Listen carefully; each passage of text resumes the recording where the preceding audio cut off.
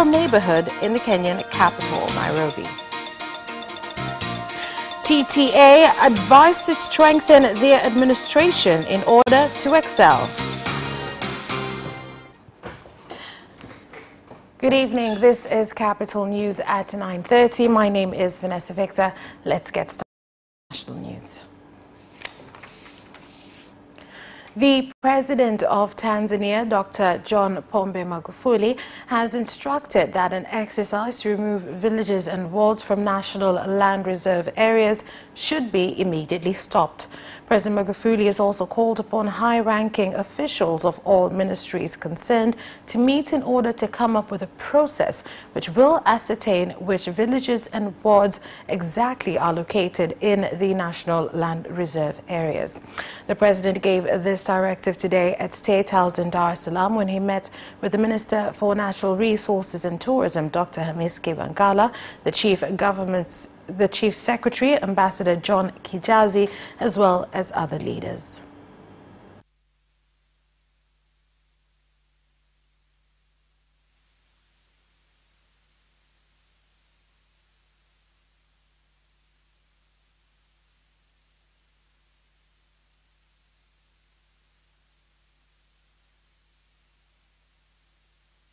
Mimi sifurahi kuona wafugaji kila mahali wanafukuzwa.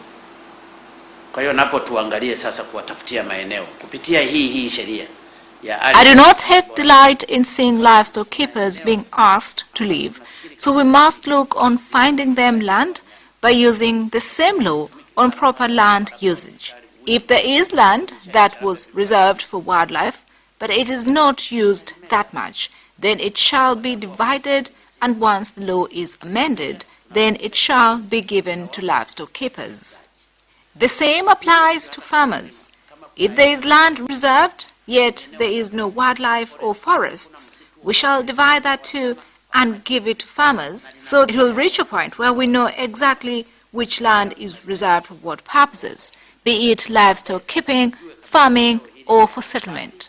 If you sit and work together and put the interests of those we are leading, meaning farmers, livestock keepers, and fishermen, etc. You must remember that we also need our wild animals. Maelekezo ya Mheshimiwa Rais. Kwa upande wetu sisi Wizara ya Mifugo na Uvuvi, Ministry of Livestock and Fisheries see this as a big victory for Tanzanians dealing in livestock and fishery.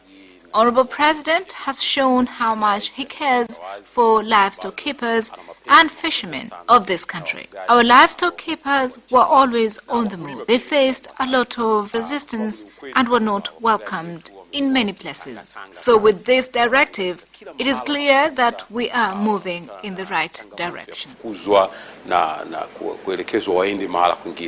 Sisi tunampongeza sana Mheshimiwa Rais na kumshukuru. We commend Honorable President for making things easier. This job is challenging because it is multi-sectoral. You cannot do it single-handedly as Ministry of Natural Resources. Neither could the Ministry of Livestock nor Agriculture. So by giving a clear directive, this has simplified things. I cannot see any negative impact because already expert assistance was applied and we know which areas are to be given back. Tathmini za kitaalam zilikwisha fanyika. President also today witnessed the signing of a contract between the Tanzanian government and Bharti Airtel company from India relating to the ownership of shares in Airtel Tanzania company and other interests of the country resulting from the business activities of the company. At the ceremony, the Minister for Constitutional and Legal Affairs, Professor Palamagamba Kabudi, signed the contract on behalf of the Tanzanian government, and the chairman of Bharti Airtel, Mr. Sunil Mittal, signed the deal on behalf of Bharti Airtel company.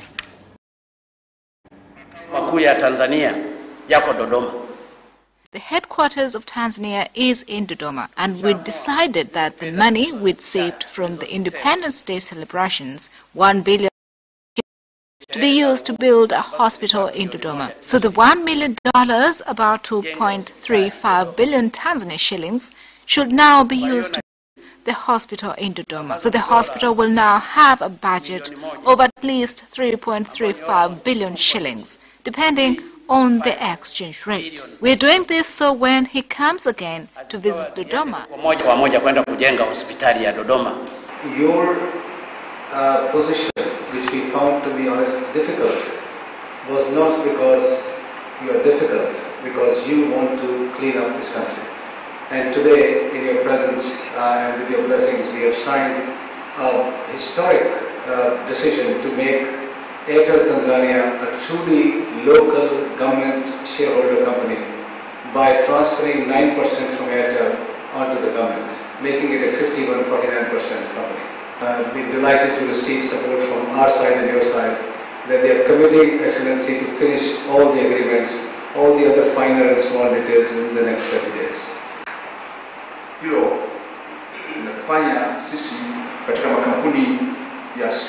To make this possible was not a small matter.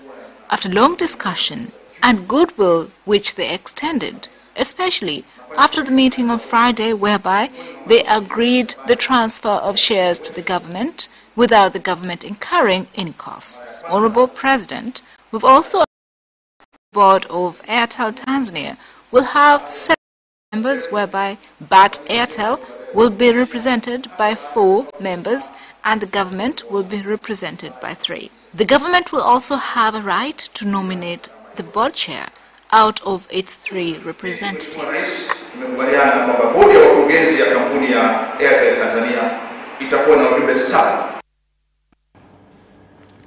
The Bank of Tanzania BOT has decided to transfer all the assets and debts of Bank M to Azania Bank Limited.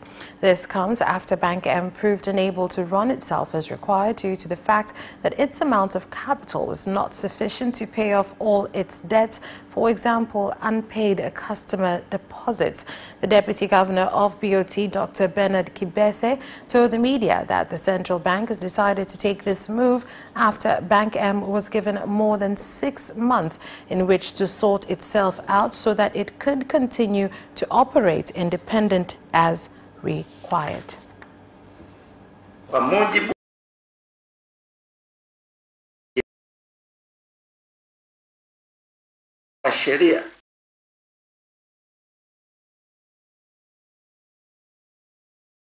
To transfer the wealth and debts of Bank M to Azania Bank Limited. Let me just add that presently the Central Bank, Azania Bank Limited and financial stakeholders are continuing to prepare the legal processes which will help to finalize the transfer of the wealth and debts of Bank M to Azania Bank Limited. Na madeni ya Bank M kwenda Azania Bank Limited. Some workers of Tanzanite Merani small-scale mines have been alleged to climb the wall built by the government in the mine to prevent illegal mining and smuggling of minerals, a situation that has forced a resident minerals officer at Merani working with legal organs to announce an operation to catch and take legal action against them as they aim to defeat government efforts to prevent smuggling of minerals from the area. If anyone is planning to break the procedures set by the government from the wall that was built by President Dr. John Pombe Magufuli, I would advise you to wait until I'm out of office, because I have already made it clear that anyone who will go against the regulations, then I will deal with you accordingly. People have failed Plan A and moved to Plan B. Just open the gate for people to pass freely with their minerals after being checked. And all thieves should also be inspected and arrested. Everybody should reap what they sow.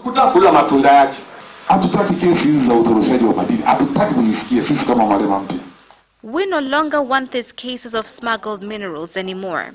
We are ready to fight with brokers. No one will enter this area. If you will not change, I promise that we'll report to Regional Minerals Officer and the Minister.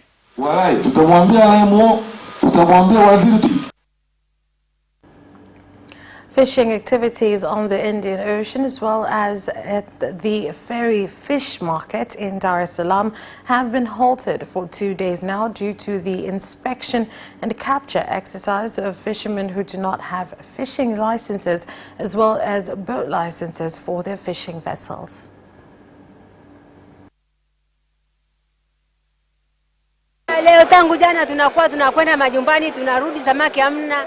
I would like to say that we have come from far to get fish, but we have failed to do so. I would also like to highlight the fact that many of us come here from very far, and we even have to pay a sum of 2,000 shillings daily in order to get here. Sadly, I must say, we have failed to get fish yet again. Let me say that the problem is this. The army is running an operation concerning fishermen's licenses and the licenses of fishermen's groups. I would like to state that the old licenses ended last year and the new ones were supposed to be given out from the start of this year. Nevertheless, I must quickly add that there's a law here which says that from January 1st up to March this year, new licenses can be given out without any problems.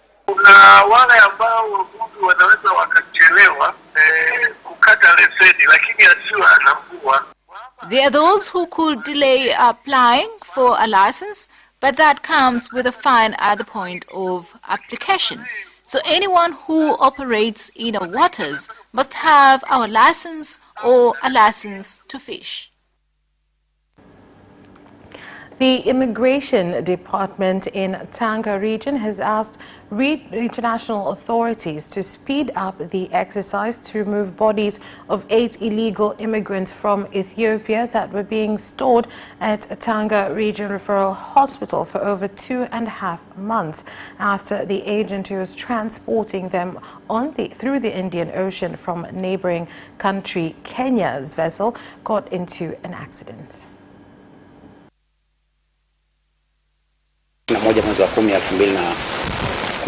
They died on 21st of October 2018 and the bodies have been at the hospital since 22nd of October 2018. It is 2 months now since we had the bodies because these are foreign bodies which requires diplomatic procedure. Na kwa kipindi cha mwezi Januari hadi Disemba mwaka 2018. For the period of January to December 2018, the number of arrested illegal immigrants has increased to a total of 689. 600 of them were men and 89 of them women. If we compare with the year 2017, January to December, 413 illegal immigrants were arrested, where 410 were men and 3 of them women. The Deputy Minister of Home Affairs, Hamad Masoni, has said that the National Road Safety Council has stopped the Road Safety Week exercise that was being conducted each year due to the fact that it was incurring high costs while accidents are ongoing. He has also removed the chairman of the council, Chacha Mugaka, in Beira region from his position for failing to fulfill his responsibilities.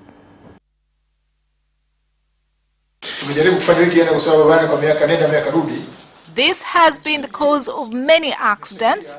We've lost a lot of motorcyclists and we cannot let this to carry on. They get injured and the government incur the cost to treat them. Given the huge success we've had on the Nyakua operation in buses, lorries and private cars, this operation will now be extended to motorcyclists.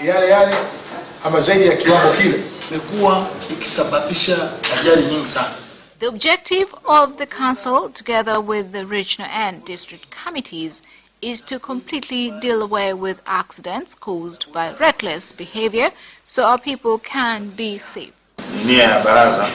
We've had the weekly road safety campaign for many years, which has been a success to some extent, but a lot of expense was incurred to attain desired results. So this year we shall use a different approach to see if we can perform better. Residents of Kimbwela, Nyamori and Kaseke Ziwani villages in Simbo Ward, Kigoma District Council have complained that their villages, which have over 25,000 residents, have no clean and safe water, but instead use water from Lake Tanganyika, causing them to experience cholera and typhoid.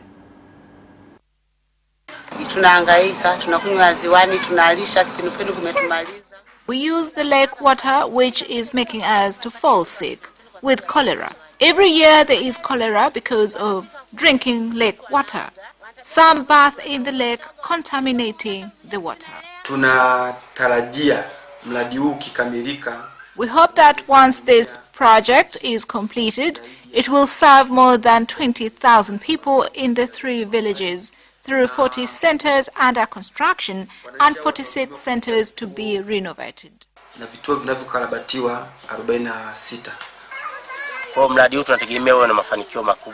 This project will be a big success. There have been cases of cholera because of water shortage. In the past, there was a proper water system, but it got damaged. So this new project will rid this place of cholera.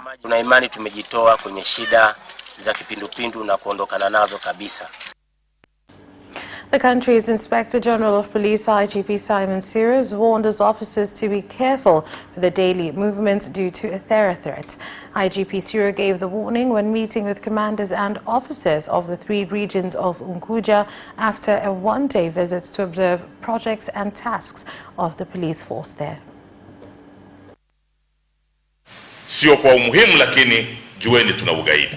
Know that there is terrorism, and a terrorist looks for a police officer first. So wherever you go, you must remember that you are a police officer.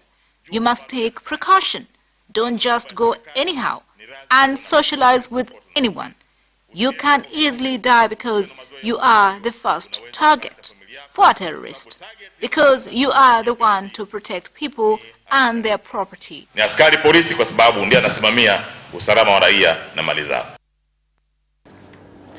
And that is all for national news. International news is next.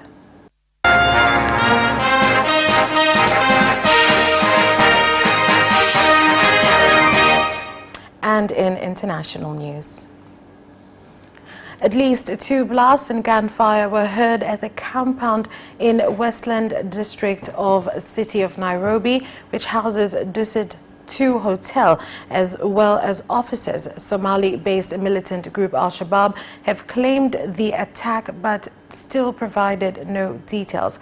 Currently, journalists have not been permitted to go close to the area of the incident, with Inspector General Boynet confirming some people injured without confirming how many. The rescue operation is still ongoing, and we hope no one else is injured in this senseless attack. One vehicle arrived just about an hour or less than an hour ago, and there was a suicide bomber there, according to sources. This vehicle, 2 of them exploded, and others went in on foot. It's not clear how far they got into the complex. Like I mentioned, it's a huge complex, but police have said that they have the situation under control. They've cordoned off the area. Special forces are there, as well as different other units, police units. They are rescuing people, going door to door, getting people out.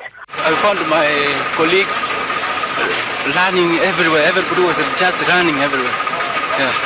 So I went to our office. We have an academic office, air conditioned. I had it myself in the fridge. In fact. Yeah, I had been in the fridge. That was shooting inside. Yeah. Do you have any idea how many attackers might be there? No, I didn't see an attacker, but actually I saw a dead person from the window. And in Uganda, the High Court has begun meeting to listen to the case opposing the decision of 5 judges of the Constitutional Court that removed the age limit of presidential candidates, opening the door for Yoweri Museveni's continued rule in Uganda. Which is that all eyes and ears are at the High Court of Kampala as the case was heard by 7 judges led by the Chief Judge. The case will be heard for 2 days As the second accused, I am representing many Ugandans who object constitutional amendments and have brought forward important issues that can be looked at in this case. That's it for international news. Business news will follow after this break. Watch Business Edition as we talk to business leaders and experts in sectors that are transforming Tanzania's economy. To be rich, I have to be a business person. It's not an easy road at all. People need to understand. You must quickly think, how cost effective are you going to be? Business acts as a way in which it can bridge that gap. Business Edition will keep you informed on latest developments in the financial sector, extractive industry, tourism, agriculture, energy, construction, and so much more. Meet entrepreneurs who create employment opportunities. Watch Business Edition on Friday at 8:15 p.m.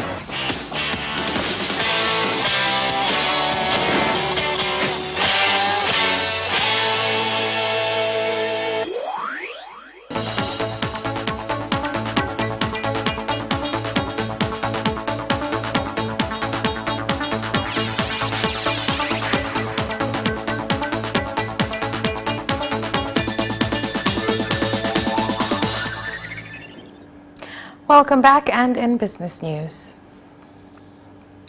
Coffee stakeholders in Kagera region have advised the government to seek out how to get a good market for 5.3 tons of coffee that has been in warehouses of principal quarters for a long time and were collected during the coffee purchase season for 2018-2019 that just ended recently and has not received buyers, so that it can build the capacity of cooperatives union KCU and KDCU to pay their farmers over 1.9 billion shillings, that is the debt.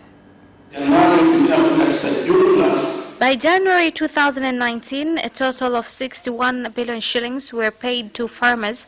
However, 1 billion shillings was not paid to farmers. We are going there to market Tanzanian coffee and not individual companies. It was a shame that even our fellow African countries like Burundi, they were united, unlike us.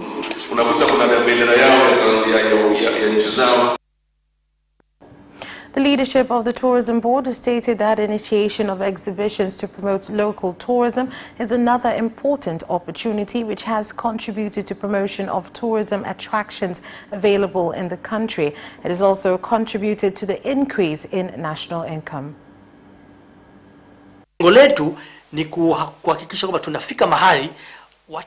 Our target is to increase domestic tourism, because if we depend on foreign tourists, it is not a good idea. Although we need the foreign currencies, we might suffer the consequences in future.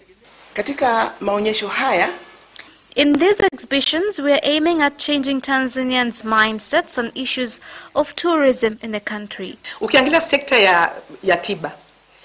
If you look at the health sector, there's a category of traditional herbalists, without knowing that even the roots that Tanzanians are using in the villages could actually contribute in becoming an attraction that can even enter into the global international markets.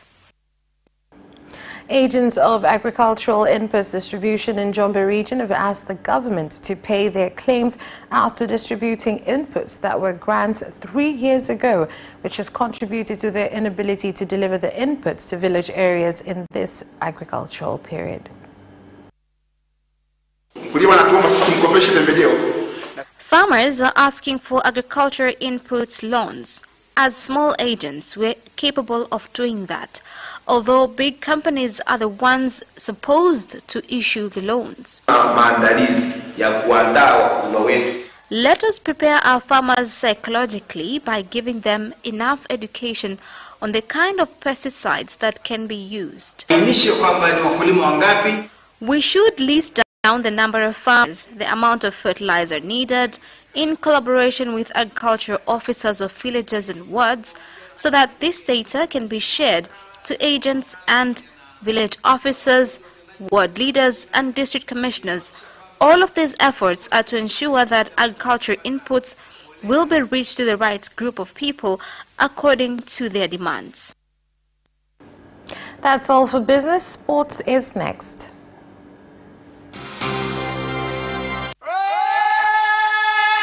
Hi, my name is Kotaro Tokuda. What's up? My name is Sean Garnier.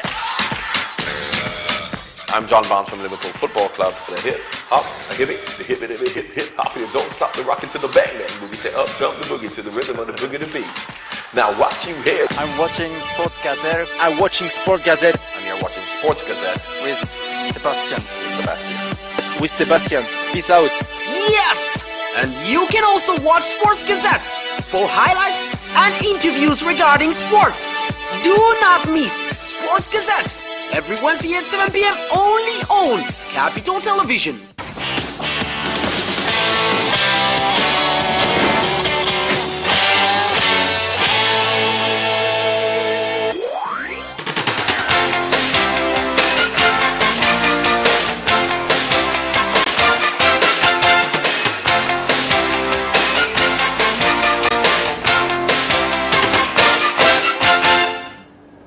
And on to sports. Tanzania's Tennis Association has been advised to strengthen the administration in the country for the sport to excel. Of success in sports administration is involvement of as many stakeholders as possible at the country level, and of course providing good leadership. I would like to take this opportunity to congratulate the current leadership in TTA, because the last time an East African event took place in Tanzania was in 2015. If we were, and you mentioned earlier on that there have been leadership challenges, so we may find that the reason why there is this gap between 2015 and 2019 is perhaps because the leadership in the Chinese administration in Tanzania has not been consistently stable. So tell me about the competition. What do you think about it compared to the others that you have competed in? It's much harder than the other ones. You're given much more of like team support than the rest, because we're very few when it comes to other tournaments. I would have to say Kenya, because they have great shots and they're excellent at volleys, really.